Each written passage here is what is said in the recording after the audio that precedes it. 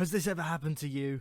Did you see the 1200 Yamaha VMax and immediately fall in love with it and decided that you really, really wanted to buy one for years and years and years, and then you went and bought it? Has that ever happened to you? Did you then buy it and half push and half ride it home from Somerset to Kent when the fuel pump failed, and then you got home and you rode it for a bit, but it was sort of alright, but it kept failing, so you bought a new fuel pump and then it got a lot better, but the cylinders started flooding? Does that ever happen to you?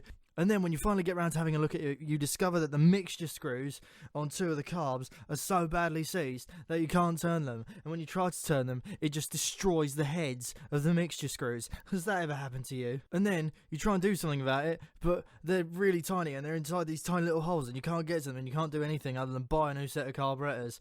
And then you're totally fucked. Has that ever happened to you? And then, have you looked for a new set of carburettors, discovered that they're like £500, and you're left with no financially viable option other than to try and drill the mixture screws out and replace them yourself? Has that ever happened to you? Watch this video. I'm going to try and keep this brief because I have a tendency to be quite wordy sometimes.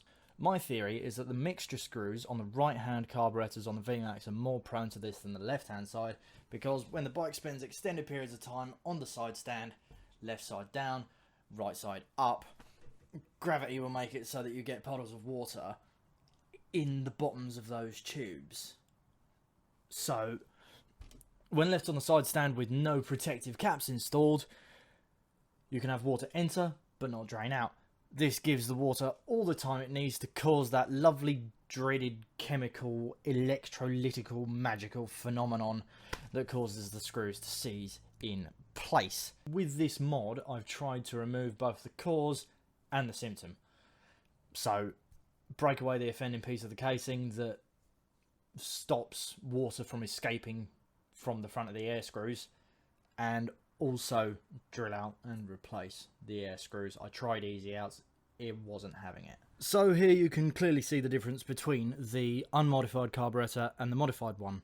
That bit of tube that surrounds the air screw has been cut away to reveal the top of the air screw. The next step is actually very simple, so we'll cover it quite quickly.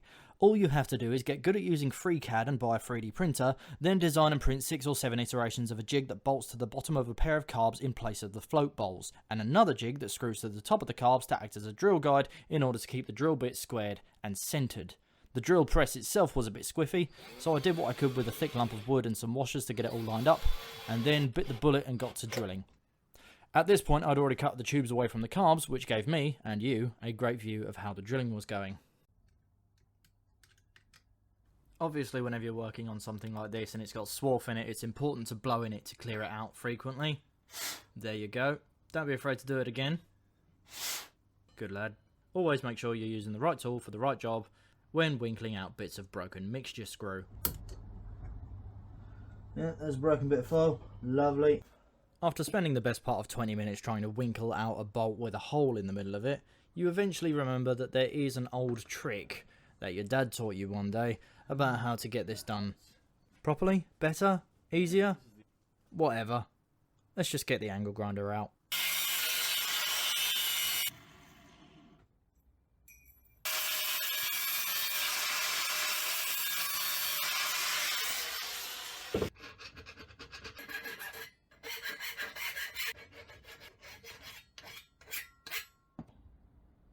There, dude. That's right, we've made a tiny little hacksaw blade that we can use to cut out the remainder of the bolt from the inside of the hole. Bolt mixture screw. Once it's in bits, we just winkle it out. It's just that simple. There it is. There's one. It looks like we've still got some screw thread. So we might... Oh yes, and the rest of the... Yes! The rest of it pulled out just fine. Woohoo! Obviously you mustn't forget to blow in it. Twice. So this is pretty much the moment of truth with the left hand carb here. We wind a screw in to see if it works, and the thread actually looks alright. I don't really give away much here, but I'm actually pretty chuffed with myself. So the screw isn't exactly the same as the ones that came out, but there's thread there. Woohoo! Stick that in your pipe and fucking smoke it! Oh! one down. Right, let's get the second one done. I'm breaking it. But I'm so relieved about the first one. Now, you couldn't see much of it when I drilled out the first screw, but it's pretty obvious in these shots that the jig is flexing and moving under the pressure of the drill.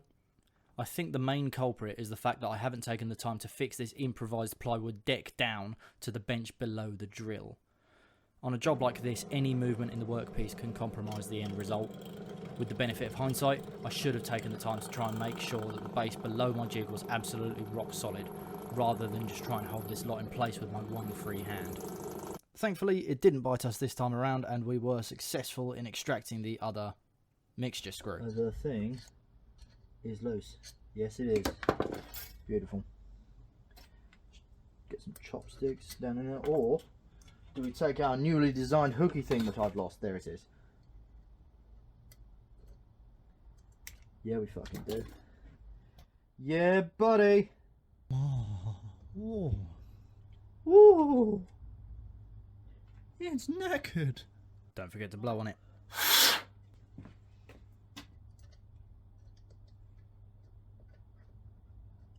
Feels alright.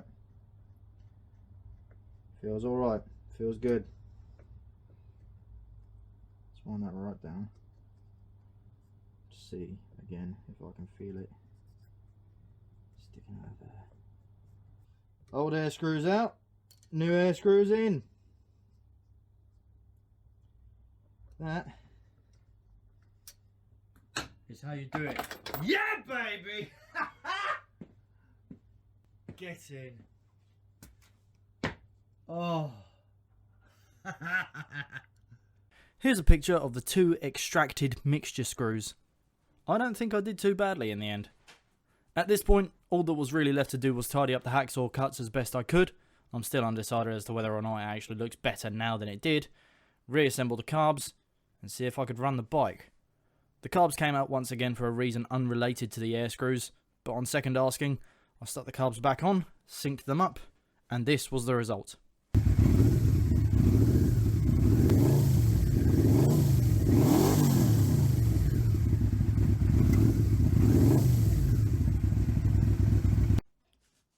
The bike ran beautifully. I rode it for about 50 amazing miles before the engine suffered terminal failure due to oil starvation. It was the singular most scary experience I have gone through riding a motorbike since my big crash in 2016. I'll tell you more about it if you want in another video. Let me know. For now, let's stay on topic. I want to say that this was huge for me. I'm sure a lot of people will say that getting a brass screw out of an aluminium casing is not the hardest job in the world, and that I could have done it a lot better. I agree. But these are carbs, and this was my first time doing anything like this. I've never drilled a bolt out of anything before, so I was bricking it the whole way about potentially cracking one of the housings or finding some other way of fouling it up. So this was a massive achievement for me. I know I can do it better next time, and ain't nobody taking that away from me. Thank you very much. I saved myself from having to spend 500 quid on a new set of carbs, or from having to tell a prospective buyer that the mixture screws in the carbs were seized and that there was no solution in sight. I feel like this could be something that a lot of bikes might suffer with, and so I want to get these brackets to the community in some way. The missus says I'm not to give them away for free, and it has been suggested to me that I could sell the service of doing this mod to people's carbs. If you want to talk to me about doing it for you, give me a message and we can maybe talk about it. But right now, I'm thinking that I will sell a version of this bracket and these drill guides that people can use to do the work themselves at their own risk, as I don't know if I'd be comfortable providing any kind of warranty on doing the work. Obviously, even having told people what I've done in this video will give anybody viewing a chance to just reverse engineer my process and do it themselves, but they say imitation is the sincerest form of flattery, and if it adds value to people in that way, then I'm happy with it. And besides, these bikes have been around longer than I've been alive, so I'm sure I'm not the first person to have tried this and met with some success. Hopefully, I'm not going to be the last. Now, if you want to buy a bracket and guides kit, I will do variants of the drill guides so that you can center a pilot drill of say 2mm diameter, and then go up to a 4mm and then a 5mm. The mixture screw is an M6 by 0.5mm thread. So if you haven't gotten it really well centered by the time you've drilled out the 4mm, I wouldn't go up to the 5. I would just get your dinky hacksaw, cut it out, fold it in half, whip it out like I did. Note that the guides, and to a lesser extent the bracket, have deformed slightly from use. I've only done one pair in these, so they won't hold up to doing loads of pairs of carbs. But you might get away with doing 2 pairs. You probably will get away with doing 2 pairs your entire bike's worth, if you don't do things up too tightly or otherwise muller them by smashing them to bits or whatever. Thank you for watching. Please leave a comment if you've got any kind or potentially helpful words. I get a massive boost out of getting comments and engaging with people and responding to them. It makes me feel really good. So I really look forward to hearing from you. I might even do some more videos if you guys have got any more questions. Obviously, I can go into some more detail about how to fit these to your cars. I mean, it ain't exactly rocket surgery, but obviously we can go into some more detail should it be of interest to people. Subscribe if you want. It's your computer. Cheers. Cheerio.